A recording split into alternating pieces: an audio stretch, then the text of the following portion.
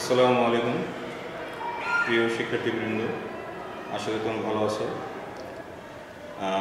আমরা প্রতি সপ্তাহে একটি ক্লাস তোমাদের নেই, তারই ধারাবাহিকতায় আজকে আমার ক্লাস ইংলিশ সেকেন্ড পেপার। ইতিমধ্যেই তোমাদের সাথে অনেকগুলো ক্লাস আমি করেছি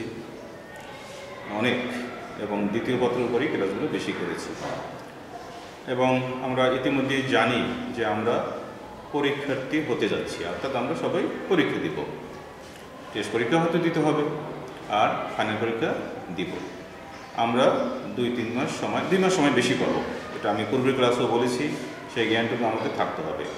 আসলে কোনো ছাত্র 3 মাস পড়াশোনা করলে বোর্ডে স্ট্যান্ড করতে পারে, 20 ভালো রেজাল্ট করতে পারে পড়াশোনা করলে।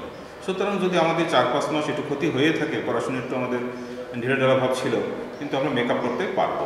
আমরা যদি এখন নতুন উদ্যমে শুরু করে দিই, তাহলে আমরা এই সমস্যা মেকআপ করতে পারবো। তো আজকে আমরা কি করব?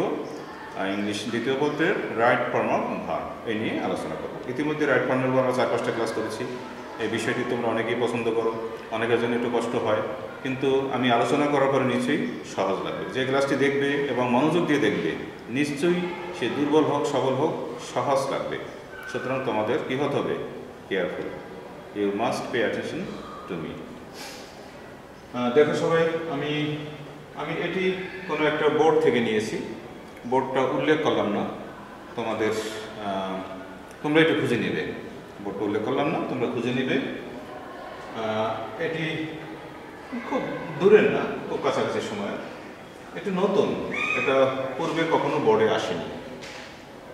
তো প্রতি বছরই নতুন নতুন বোর্ডে আসে। সবসময় যে পুরাতনটা পাবো কমন, তা কিন্তু আশা করা যায় না। আমরা অনেক সময় চেক করে দেখি, দেখা যায় 5 বছর আগের একটা প্রশ্ন হঠাৎ একটা প্রশ্ন রিপিট করে, কিন্তু প্রায় কোশ্চেনই আমরা নতুন পাবো। সুতরাং নতুন ফেস করার মতো সামর্থ্য যোগ্যতা আমাদের অর্জন করতে হবে চর্চা করে। আমরা বেশি বেশি চর্চা করব, 2-4টা না করলে তোমার দক্ষতা বাড়বে না। তো আজকে যেটা আমি দেখেছি সেটা নিয়ে একটু পরিচয় করি। আমরা দেখি কি আছে এখানে। আমরা আগে বলছি রাইট ফর্ম অফ ভার্বস, অর্থাৎ তোমার যে বক্সের ভিতরে যেগুলো দেওয়া থাকবে সবগুলোই ভার্ব। আমরা দেখি তো কি ভার্ব দেওয়া আছে। সাধারণত ভার্বগুলো প্রেজেন্ট টেন্সে দেওয়া থাকে, প্রেজেন্ট ফর্মে দেওয়া থাকে। আমরা প্রয়োজনে এটা পাস্ট টেন্স করি, কখনো এস বাই এস যোগ করি, কখনো প্যাসিভ করি, অ্যাক্টিভ করি, এই নানাবিধ। রাইট ফর্ম মানে কি? সঠিক রূপ যে রূপে আছে সেটাই বসবে নাকি অন্য রূপে বসবে, সেটা তোমার ওই বাক্য সেন্টেন্স গঠন কাঠামো বলে দেবে। তো আমাকে বুঝতে হবে, বিষয়বস্তু জ্ঞান থাকতে হবে, ব্যাকরণগত জ্ঞান থাকতে হবে, সব কিছুর মিশ্রণ হচ্ছে এটা। তো আমরা যদি নিয়মিত চর্চা করি তাহলে আমাদের ভীতিটা কেটে যাবে। আমি যে ঘটনাটা লিখেছি এখানে, এটি আসলে প্রেজেন্ট টেন্সের উপর একটা বিষয়। দেখো, এটা ইজ আছে, তাই না? ইজ, এটা দিয়ে বোঝা যায় এটা প্রেজেন্ট টেন্স। এই যে ইজ, এগুলো দিয়ে বোঝা যাচ্ছে এই প্যাসেজটা প্রেজেন্ট টেন্সে। তাহলে এটা ইতিহাসের কোনো কাহিনী না, এটি একটি সত্য কাহিনী এবং আমাদের জীবনের সাথে সম্পর্কিত এইরকম একটা কাহিনী। এই কারণে আমরা মনোযোগ দিলে এটা খুব সহজেই বুঝবো। প্রথম ভয় লাগবে, পরে ঠিক হবে। বক্সে দেখো তোমাদের কি কি ওয়ার্ড আছে। আগেই বলেছি এগুলো সবই ভার্ব।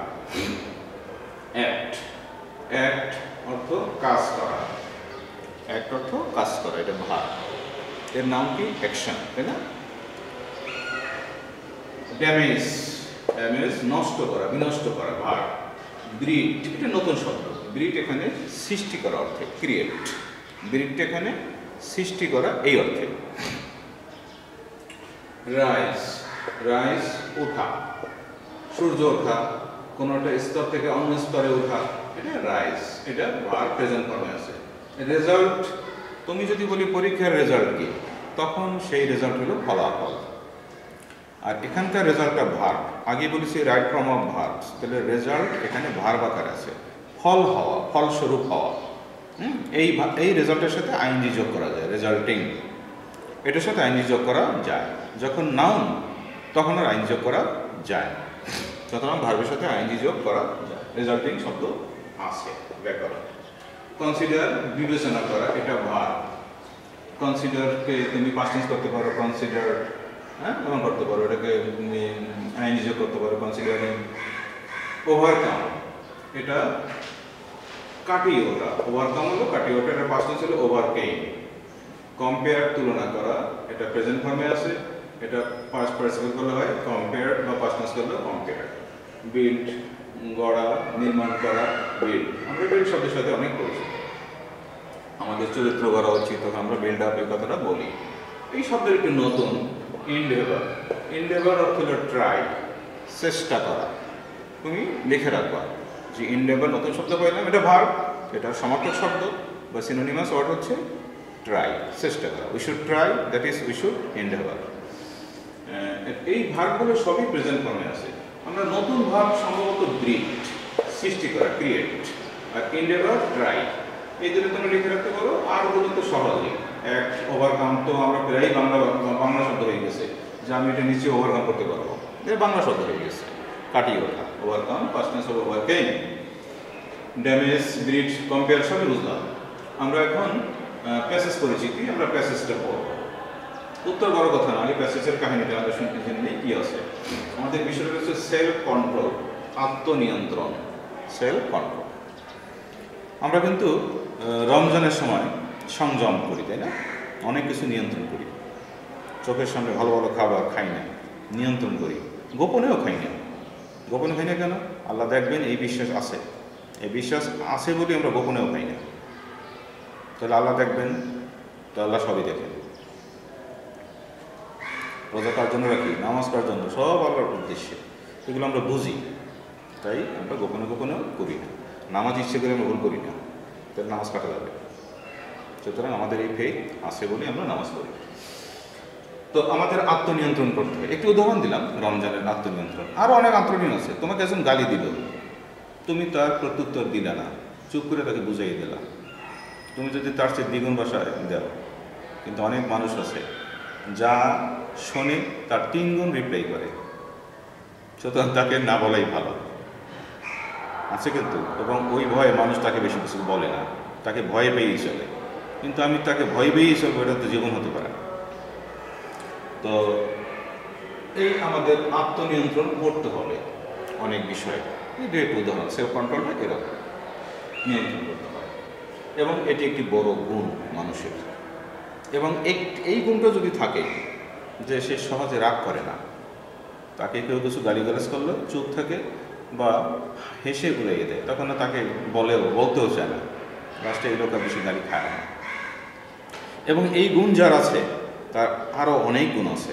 একটি গুণ যদি থাকে তাহলে 100 গুণ সৃষ্টি হয় তার ভিতরে। দেখো, এই সমস্ত ব্যক্তিরা সৎ হয়, সত্য কথা বলে, হ্যাঁ, অন্যায়ের প্রতিবাদ করতে চায়, তাই বলে মারামারি করবে না। সে এমনভাবে বলবে, তার প্রতিকার করা হলো, প্রতিরোধ করা হলো, এইভাবে বলতে চায়। এবং তার কথাগুলোকে মানুষ অনার করে, কারণ তিনি সত্য কথা বলেন বলে স্বীকৃতি তিনি পান সমাজে। আমরা এখন সেলফ কন্ট্রোল নিয়ে এই প্যাসেজটা পড়ি। Self control dash a great পাওয়ার। মনে হয় যেন self control is a great পাওয়ার। এটা দিলে ভালো হয় যে আত্মনিয়ন্ত্রণ একটা বিরাট শক্তি। ইজ দিলে সুন্দর লাগে, কিন্তু আমি ইজ থেকে দেবো। এখানে তো কোনো বি ভার্ব নাই, বি নাই বা ইজও ডাইরেক্ট নাই, তাহলে আমাদের ইজ দেওয়া গেল না।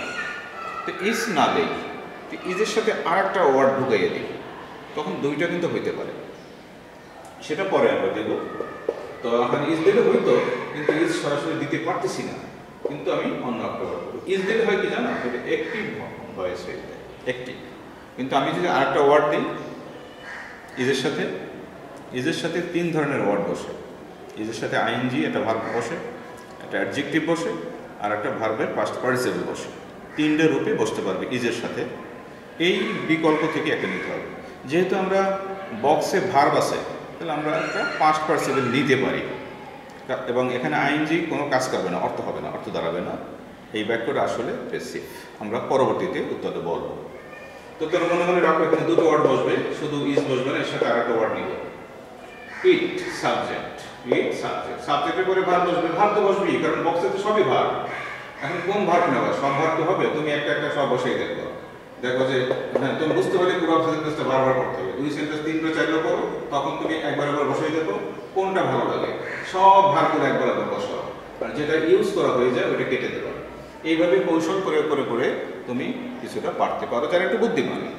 আর যারা একটু দুর্বল তাদের আসলেই কষ্ট হবে, তাদের ফেইথ হবে না, ফেইথ আসবে না, যে সে যা কিছু লেখে বিশ্বাস হয় না যে হয়নি, এরকম একটা সে মানে সমস্যা থাকে।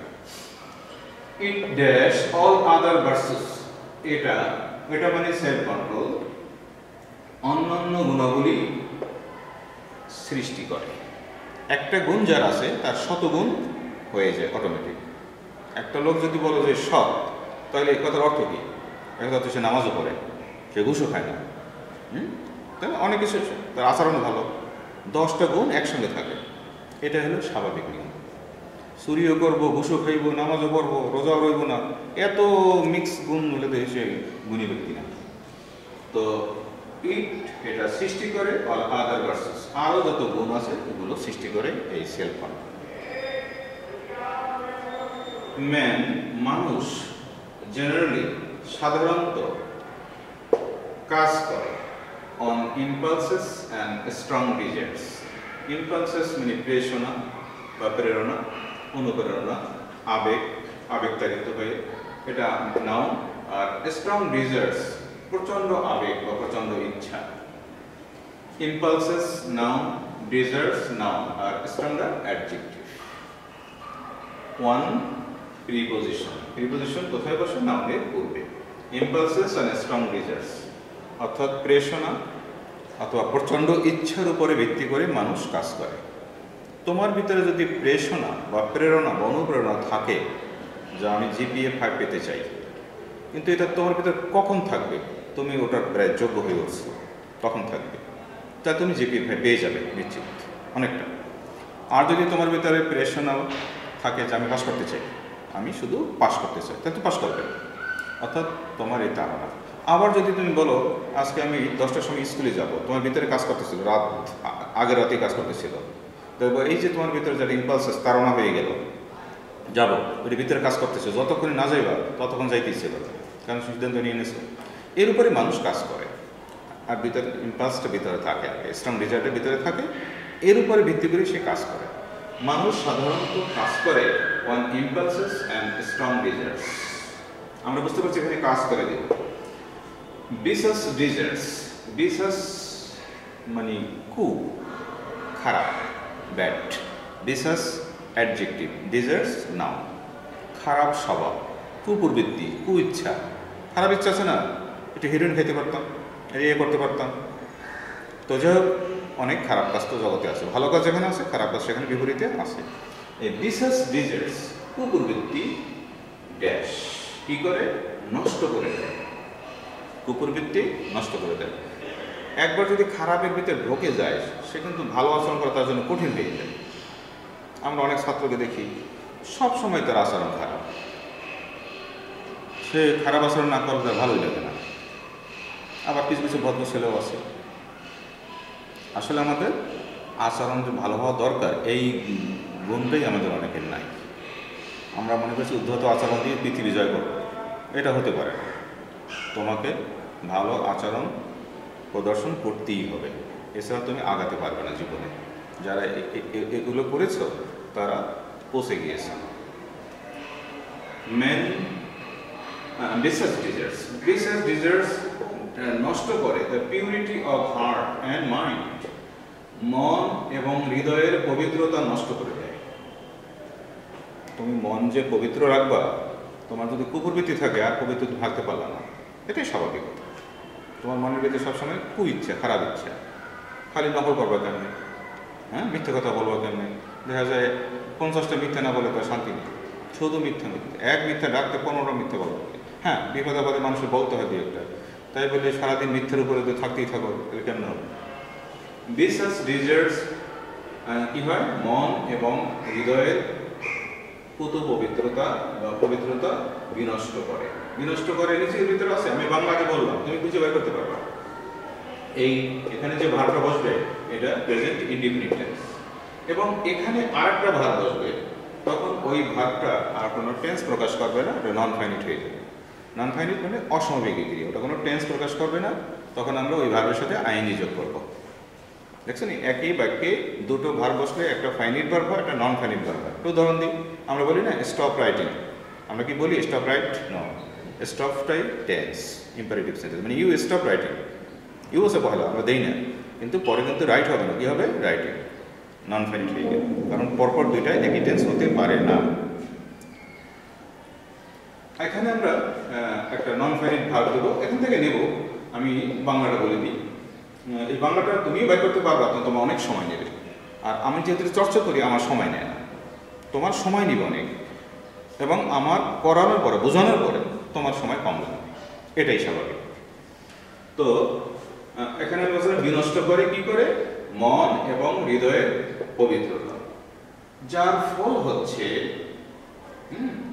এখানে আমি এমন একটা নন ফাইনাইট দেব, সেটা যদি আমি কমপ্লেক্স করি তখন হুইচ অর দ্যাট এই কনজাংশন আনতে পারি, কিন্তু যেহেতু একটা ওয়ার্ড দেব তখন আমি হুইচ দ্যাট না দিয়ে সরাসরি আইএনজি করব, কিন্তু অর্থ দাঁড়াবে যার ফল হচ্ছে। কি ফল? ফল তো বুঝতে পারছো, রেজাল্ট। হ্যাঁ, তাহলে আমরা এখানে কি করব?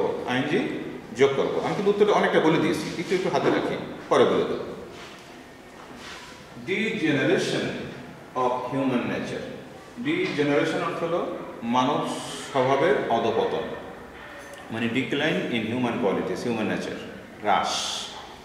তো মানুষের যে স্বভাব আচরণ একবার যদি ডিক্লাইন হয়ে যায়, হ্রাস পেয়ে যায়, সে সহজে কি ভালো হতে পারে না, কষ্ট, অনেক কষ্ট। হ্যাঁ, যদি বলে আমি বদলাতে চাই, যে আমাকে তো কোনো টিচার পছন্দ করে না, কারণ কি? আমার আচরণ খারাপ।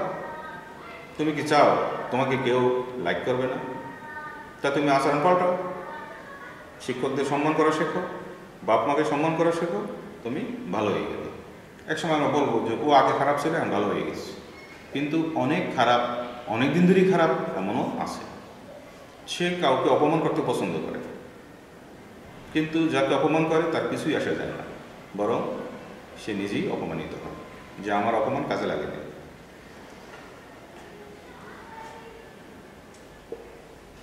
Human nature, degeneration. ডিজেনারেশন মানে নৈতিক অধপতন, এটি নাউন। ডিজেনারেট থেকে ডিজেনারেশন শব্দটি আসছে। অফ হিউম্যান নেচার, মানব স্বভাবের অধপতন, যার ফল হচ্ছে মানব স্বভাবের অধপতন, অনেক নিচে পড়ে যায়, আর উঠতে পারে না। ইট ইজ সেলফ কন্ট্রোল, আত্মনিয়ন্ত্রণী, অর্থাৎ এই গুণটাই that can help a man, যা একটি মানুষকে সাহায্য করতে পারে। দ্যাট কনজাংশন, তাই না? That can help a man, এই দেখো এটা টেন্সটা কোন tense? Present indefinite tense. Tense কিন্তু হয়ে গেল, এটা কমপ্লেক্স সেন্টেন্স, তাই না? এখন এখানে তো টেন্স হয়ে গেল, সাবঅর্ডিনেট ক্লজের টেন্স হয়ে গেল, আর প্রিন্সিপাল ক্লজের টেন্সটা কি? ইজ। এখানে টেন্স পেলাম কি? ইজ। তাহলে এখন আর প্রেজেন্ট টেন্স হবে না, এখানে আবার একটা কি আসবে? Non finite. তো হেল্পের পরে যে ভার্বটা আসে সেটা বেয়ার ইনফিনিটিভ, অর্থাৎ একটা টু থাকে কিন্তু আমরা টুটা দিব না। টু যুক্ত ভার্বগুলোই non finite. To tell a lie is a great sin, আমরা টু বলি না। এখানে আমরা টু বিল্ড আপ হতে পারে, কিন্তু আমরা দেব না, কারণ এটা আন্ডারস্টুড থাকে, তখন আমরা শুধু বিল্ড দেব। কিন্তু মনে মনে ভাববা এই বিল্ডের পিছনে একটা কি আছে? টু আছে, টু আছে। এটা কিন্তু নন ফাইনাইট, কারণ একে বেঁকে দুটো টেন্স প্রেজেন্টে থাকতে পারে না একটা ক্লজের ভিতরে, বাকি এটা কমপ্লেক্স সেন্টেন্স। তো এখানে বিল্ড আপ, তবে পিছনে টু আছে, এইভাবে থাকে। তো that can help a man, যা একটা মানুষকে সাহায্য করতে পারে নির্মাণ করতে, গড়তে পিওর ক্যারেক্টার, একটা পবিত্র বা ভালো একটা চরিত্র গঠনে সহায়তা করতে পারে। হুইচ ইজ ভেরি এসেনশিয়াল, যা খুবই প্রয়োজন, খুবই জরুরি, যা খুবই দরকার। পিওর ক্যারেক্টার খুবই দরকার। চরিত্র দিয়ে পৃথিবীকে জয় করা যায়, আর দুচরিত্র পৃথিবীতে পচে যায়, কোনো কাজে লাগে না। হুইচ ইজ ভেরি এসেনশিয়াল, যাহা অত্যন্ত প্রয়োজন। এখানে একটা নন ফাইনাইট আসবে, কারণ এখানে ফাইনাইট হয়ে গেছে, এটার পরে টু বসবে, কিন্তু ওখানে হেল্পের পরে বসে না, এই জন্য আমরা বসাইনি। এখানে আমরা নন ফাইনাইট দেবো, তবে টু দেবো। টু উঠে আসতে, উঠে আসা, উঠা, এই যে রাইজ, আমরা এখানে টু দেবো। অ্যাবভ দ্য লেভেল অফ ইনহিউম্যানিটি, মানবিকতার, অমানবিকতার, ইনহিউম্যানিটি অমানবিকতার স্তর থেকে। তুমি একটা স্তরে বাস করো, অমানবিক স্তর, এখানে বাস করো, এখান থেকে তোমাকে এখানে আসতে হবে, তখন তুমি ভালো। তুমি আর ওদের নিচে আসো করে, তোমার আচরণ খারাপ, তোমাকে কেউ বলে না ভালো, তোমাকে ওই লেভেল থেকে উপরে আসতে হবে। আচরণ প্রদর্শন করতে। আচরণ প্রদর্শন করতে খরচ হয় না, বেশি খরচ হয় না, সামান্য একটু পরিবর্তন হয়ে গেলে হয়।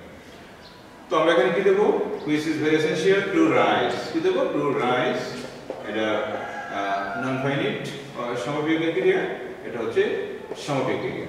এখানে ছিল দ্যাট, এখানে দিছি হুইচ, দ্যাট আর হুইচ এগুলো ক্যান বি চেঞ্জড, এক্সচেঞ্জড, বদলানো যায়। তো এখানে to rise above the level of ইনহিউম্যানিটি, যা অমানবিকতার স্তর থেকে উপরে উঠতে খুবই প্রয়োজন, অর্থাৎ pure character. A pure character which is very essential, মানে এটা খুবই প্রয়োজন। কোনো কিছুকেই সেলফ কন্ট্রোলের সাথে তুলনা করা যায় না। এই ব্যাপারটা এইভাবে লেখা, nothing can dash to self control, মানে we cannot compare self control with anything, we cannot compare self control with anything. আমরা সেলফ কন্ট্রোলকে, আত্মনিয়ন্ত্রণকে কোনো কিছুর সাথে তুলনা করতে পারি না। এটা একটা বিশাল গুণ, অনেক বড় গুণ। তাহলে আমরা এই যে we cannot compare self control with anything, ওই বাক্যটা এখন বেসিক করলাম, নাথিং দিয়ে শুরু করলাম, কারণ এনিথিং দিয়ে বাক্য শুরু হয়। নাথিং যেহেতু আসে, আর এদিকে আমরা নট দেবো না। নাথিং, ওই যে বলছিলাম উই ক্যানট, ওই ক্যানটা প্রেসিফাইজ করলে কি হবে, ক্যান বি হয়ে যাবে।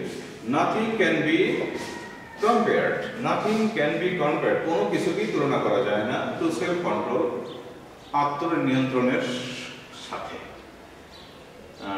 টু ওভারকাম ইনহিউম্যানিটি, অমানবিকতাকে কাটিয়ে উঠতে। তুমি যদি অমানবিকতা বা খারাপ স্তরকে কাটিয়ে উঠতে চাও, তো তোমাকে সেলফ কন্ট্রোল হতে হবে। You have to be self controlled or you have to earn self control.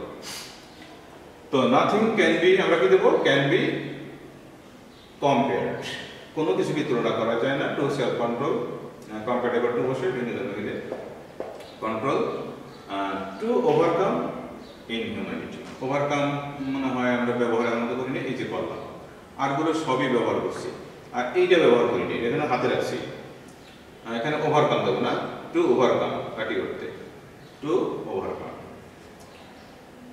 So everybody প্রত্যেকেরই উচিত being self controlled, আত্মনিয়ন্ত্রিত হওয়ার জন্য চেষ্টা করা উচিত। So everybody should endeavor মানে try, everybody should try, আমরা দেবো everybody should endeavor for being self controlled. আমি কিন্তু যেভাবে ঘুরে ফিরে উত্তরটা সব বলে দিয়েছি, হাতে রেখেছি এখানে বলছিলাম ইজ তো দেবো, ইজ দিলে তো অ্যাক্টিভ হয়, কিন্তু আর তো ভার্ব নাই, তখন আমি আরেকটা ভার্ব ওখান থেকে নেবো। কোনটা নেবো তুমি বুঝতে পারছো? এখন আমরা এটা ব্যবহার করি নাই, আমরা এটা নেবো কনসিডার, এটাকে আমরা বেসিক করবো considered. Self control is considered a great power, আত্মনিয়ন্ত্রণকে একটা বিরাট শক্তি হিসাবে বিবেচনা করা হয়। It breeds all other virtues, ইহা অন্যান্য গুণাগুণ সৃষ্টি করে। Man generally acts as a verb on impulses and strong desires. আমি কিন্তু এখন অনুবাদ করতেছি না, সব বলা হয়ে গেছে। Vicious desires damage, এখানে এসে এখানে আসতে পারে, damage the purity of heart and mind, resulting, যার ফল হচ্ছে the degeneration of human nature. It is self-control that can help a man build up বলছিলাম এখানে কি জানি আছে, টু আছে, টু দেবো না, build up a pure character which is very essential to rise above the level of inhumanity. Nothing can be compared to self-control to overcome inhumanity. So everybody should try, or everybody should endeavor for being self-controlled. প্রিয় শিক্ষার্থীরা, আশা করি তোমরা এই প্যাসেজটি বুঝতে পেরেছো, কীভাবে উত্তরগুলো হলো, কীভাবে কী ব্যাখ্যা দিলাম। তুমি যদি প্রথম থেকে শেষ পর্যন্ত ভিডিওটি দেখো, তাহলে তুমি নিশ্চয়ই বুঝতে পারবে। অনেকে বলে আমরা বুঝি না, আসলে কি তুমি বোঝার চেষ্টাও করো না, তুমি ভিডিও দেখো না। তুমি যদি শেখার জন্য দেখো, তাহলে এটাও বুঝবে, নাটকও বুঝবে, খবরও বুঝবে। কিন্তু খবর দেখো না মনোযোগ দিয়ে, খবর বুঝবে কেন? সুতরাং মনোযোগ দিলে প্রত্যেক ছাত্র বুঝতে পারবে এবং এটি করতেও পারবে। তো আমরা সেই চিরাচরিত সেই কথাই বলি, যেহেতু তোমাদের পরীক্ষার সামনে তোমাদের কাজটাও করে যেতে হবে, এবং হয়তো বা 9 পর্যন্ত আমাদের ক্লাস শেষ হয়ে যাবে, কিন্তু ক্লাস 10 চলবে। তো আমরা সপ্তাহে একটা ক্লাস করছি, এটা পরবর্তীতে বাড়তেও পারে। এটি পূর্বের নয়, তোমরা বাড়ির কাজটি ওইভাবে করে ফেসবুকে কমেন্ট বক্সে আপলোড করে দাও, আমরা দেখবো কে কেমন করলা, এবং আমার ক্লাসটি তোমরা দেখলে বা শুনলে কিনা। আর আমরা তো দেখি, নামগুলোও দেখি নিশ্চয়ই, তোমরা ভালো থাকো, সুস্থ থাকো, এই বলে আজকের ক্লাস এখানে শেষ করছি। ধন্যবাদ সবাই।